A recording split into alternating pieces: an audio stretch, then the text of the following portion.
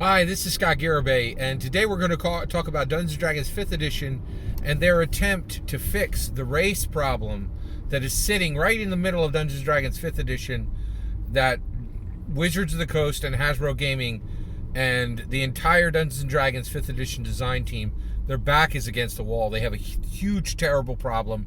They have terrible timing on dealing with this problem, and they have really limited amounts of solutions. So let's talk about this. So right now, the first thing I want to talk about is just acknowledgement that the Dungeons & Dragons design team is 100% dialed in to fix this race problem. They're determined to do it. They're working hard to fix the race problem that's in the middle of Dungeons & Dragons 5th Edition, but they have so little ability to move and fix the problem, and the tools they need are unavailable. All right, so let's define where they're at, what the problem is. So what's the race problem? So there are many people on Twitter specifically. Twitter is the real central part of this, who because there's lots of people who say it, but if on Twitter people listen and it's accessible, and it Twitter is the ship that launched 1,000 articles. Like, Twitter matters, and that's where these conversations happen at mass and where they really mean something. So basically, you have this situation. So Twitter's has a million different people on there saying, hey, all these races in Dungeons & Dragons, every single edition, including 5th edition, these are culturally inappropriate. They are really, they're engaging in bioessentialism. They're making it so that, when you say a dwarf is, +2 strength, +1 con, or whatever the advantages are, that basically you're saying that everybody in a specific race is the same, right? And I don't think that was ever the intention of Dungeons & Dragons. It might have been the consequence, right? But I think the intention from Dungeons & Dragons was always to build a systematized Tolkien system, okay? Now, there are people who say the problem here is Tolkien did a bad job of putting races into his fiction that depicted particular cultures in a bad light. So that's the problem. They desperately need to fix this. And if they do nothing, they look like they're being culturally insensitive, right? So what they've done is they've come forward, and Tasha was really the first thing out of the gate, and Tasha said, just ignore all those, when you read the player's handbook, ignore all that, and put +2 and +1 wherever you want. Now, everybody was like, this isn't I don't think I heard a single person was like, oh, that's great, thanks. Everybody was like, this is 6 years too late, and this is sitting in a book that some players will have, and some players will never even see. And so this doesn't fix anything, right? Now, just this last week, we got Gothic Lineages, which is the first real, new launches of Lineages, right? So Lineage is supposed to replace race going forward, and the idea that it's supposed to be much more open and less painting one particular race as a monolith, right? And recognize people's individuality within a race, and that's what it's supposed to do. Okay, so basically, Dungeons & Dragons had this decision to make of do they choose ancestry, heritage, or lineage? These are the words that most tabletop role-playing game tabletop role-playing games are choosing from. They chose lineage. I think that was a bad choice. I think heritage was the best choice by far.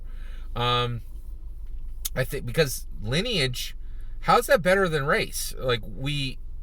Basically you're saying the line you come from, the blood, it doesn't say it literally, but bloodline. You're still acknowledging bloodline, right? There are cultures where you could be a member of that culture by blood or by choice. There are cultures that allow that. Why not go down that road? And heritage would have been a much better word. So I think that's an issue, right? So where we are now is, and so the Gothic lineages allow you to be a lineage of a Dhampir, a Reborn, or a Hexblood. Hexblood would include a hag, right? And a reborn would include a construct like a Warforged or an undead, right? But it's so open and so like amorphous. Okay, it's very open and very amorphous. And then the Dampier is like, well, it's a vampire, but maybe you get your sustenance from the color green, right? So basically, Dungeons & Dragons design team is 100% aware of the problem, and they're trying to fix it. But here's the problem. Here's the problem that Dungeons & Dragons design team has for 5th edition. There's no new edition coming. That's clear. There's not going to be a new edition for 2 or 3 years or 4, maybe. Right? Specifically because of the pandemic, in my opinion. I think we would have been. I think the new 6th edition would have been announced this year if the pandemic didn't happen. Okay, but it did.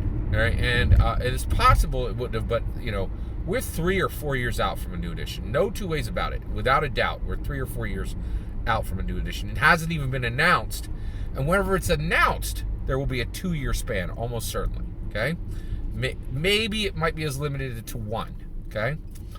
Now, without a new edition, anything they do looks terrible because it still goes back to the experience of a Dungeons & Dragons player is, here's your new player's handbook. Welcome to the game. Read all about races. Here, now you're done. You finished the 250-page rule book. Guess what?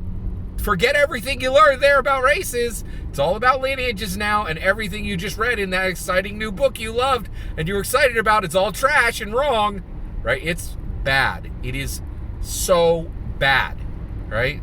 So so the real tool to fix this problem is a new edition. The reasons we're not going to have a new edition is the pandemic making a new edition absolutely catastrophically economically bad. Okay? In addition to that, there's strong rumors that came up in 2020. Go take a look at Dungeon Craft. Professor Dungeon Master has a fantastic breakdown of who would buy Dungeons & Dragons when it was sold, because there were massive rumors rippling around the internet that Dungeons & Dragons was being positioned to be sold, right? Which makes a ton of sense because Hasbro never bought Dungeons & Dragons to have Dungeons & Dragons. Dungeons & Dragons was a nugget in the box that they really bought, which was the Pokemon collectible card game, which they don't even own anymore, the license to, right? So D&D was just really, it was a side note. It was always a side note, okay? So you got issues there, right? And so all this to say, we got a real serious problem. So the reality is, Dungeons & Dragons 5th edition has to fix this problem, but without reprints of the core rulebooks, you're never really going to fix this problem in 5th edition. It's always going to be clumsy, awkward, nonsensical in Dungeons & Dragons 5th edition.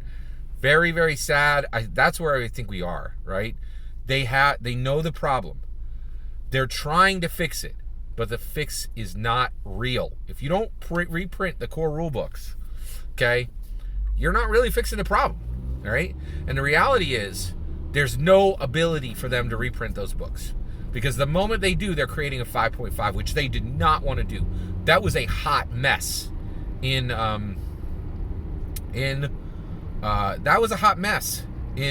edition, and they don't want to repeat that mistake. But this is where we're landing. I think this is where we're going to end up at. So I think they're doing the best they can. I'm proud of them for trying, but I don't think any of the fixes they're applying are really helping. As long as somebody's buying the 5th edition rulebook, reading that first, that's what they're just gonna read. That's the that's the doorway into the game. If that's not fixed, you don't have a true fix. That's my opinion. What do you think? I'd love to hear your thoughts. Let me know in the comments below. Please consider liking and subscribing, and have a wonderful millennium.